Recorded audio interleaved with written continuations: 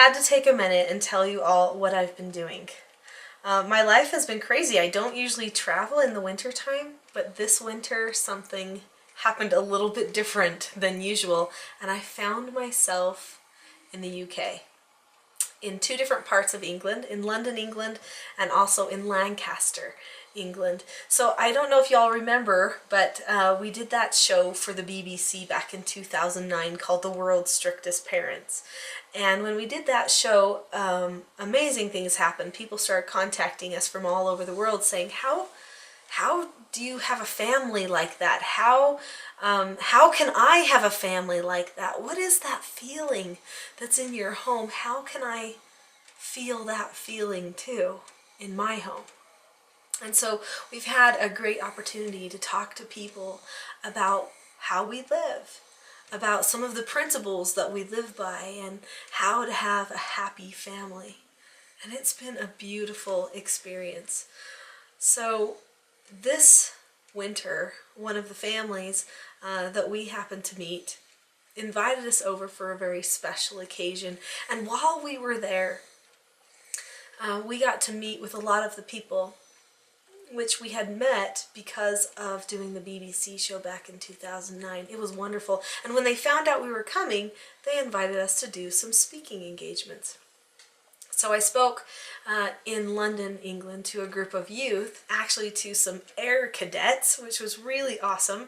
They were great youth who really are trying to be different, be leaders, learn principles, learn self-government, and so they really loved hearing about how to master yourselves and how to communicate with their parents and with their friends and with their teachers and other people in their lives. It was really a powerful experience. And then I went up to Lancaster. Oh, before that though, I have to tell you, we went down, we met with James. We weren't able to meet with Hannah, we couldn't get a hold of her, but we met with James, and if you'll remember, he's the young man that came to stay with us from the BBC. And so I want you to know that he's doing well. He's almost done with his university studies. He's going to be a designer, and he's really excited about that. And that vision, that dream kind of budded in our home just a little bit.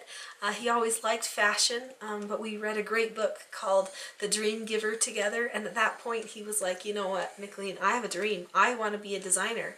And I said, well, then you should. And we talked about what he would need to learn and do in order to do that dream. And one of the things was go back to school.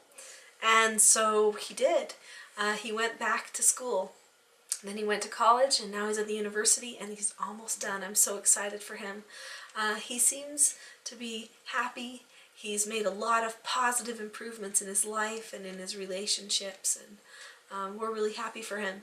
So we went and saw him. And then after that, we went up to Lancaster, which is a fabulous, beautiful part of the country, totally different. So we went to 3 different parts of the UK, which was really fun in this short 8-day, maybe, yeah, 8 days, I think, 8-day period.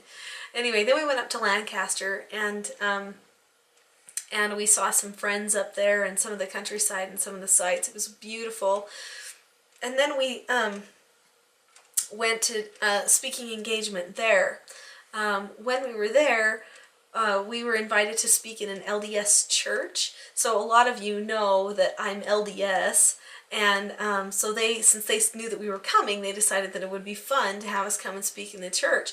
And they did the most amazing thing. I mean, I guess it's not amazing, you know, I mean, it's wonderful. I was so proud of them, but they opened the parenting workshop to the entire community of Lancaster, which was so awesome. There were people of all different faiths there.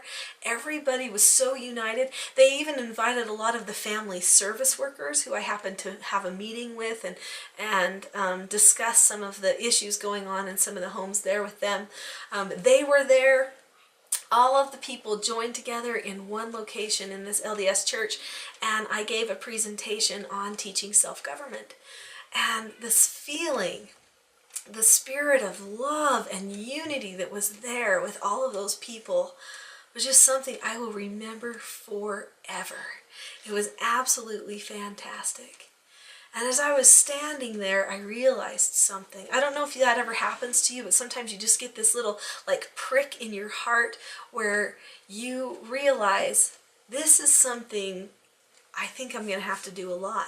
I mean, I've already been speaking for years, but I think in England there's a lot more speaking that I need to do. There's a lot more lives that I need to touch here, and I need to stand in a lot more churches and unify communities like this and help unify families too. Which brings me a little bit to why I decided to make this video today. Number one, I want to share with you what's going on, some of the things in my life.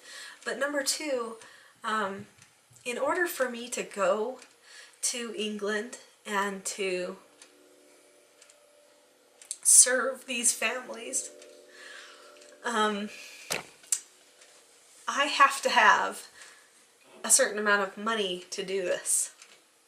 There are people, ecclesiastical leaders, as well as people in the community with the family services departments and things like that over there that really want me to come back and to spend some time and to go from location to location to help the families there in the UK who are struggling so hard to try and keep united with their children and with each other as husband and wife.